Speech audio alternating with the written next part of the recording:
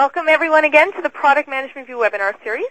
Just a reminder to everyone on the line that the Software Marketing Perspectives Conference is coming up in Boston, May 23rd to 25th. You can get more information at www.smpevent.com.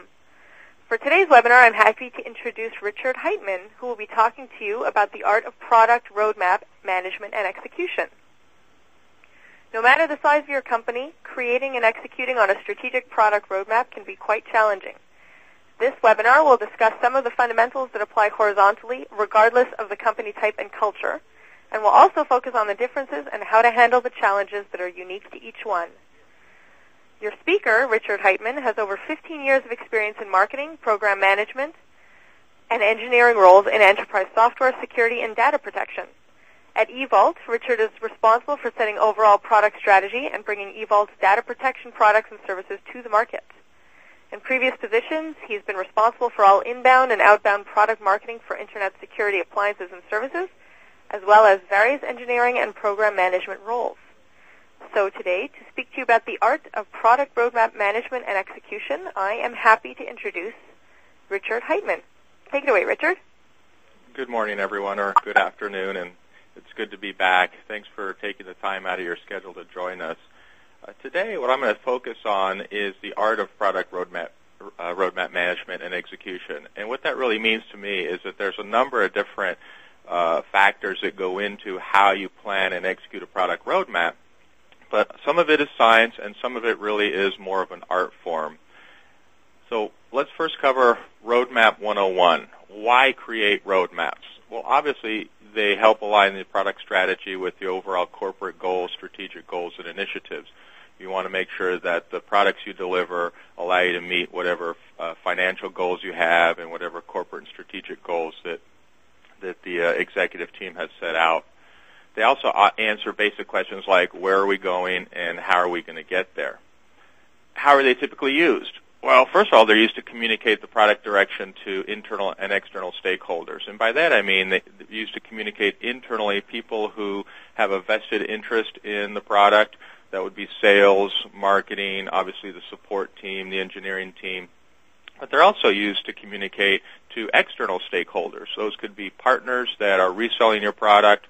They could be partners with which you have a technology alliance. And they obviously have a vested interest in really understanding where the product line is going. Another way in which they're used is to really show those stakeholders how much you value them. You can show more or less of your overall roadmap. You can give them more or less granular information. You can go out just a few months or go out a full 18 months. And you typically do that for your higher tier partners, higher value partners. You want to have a lot more full disclosure to really show them that you value the relationship. Some of the challenges in building roadmaps, obviously planning versus execution.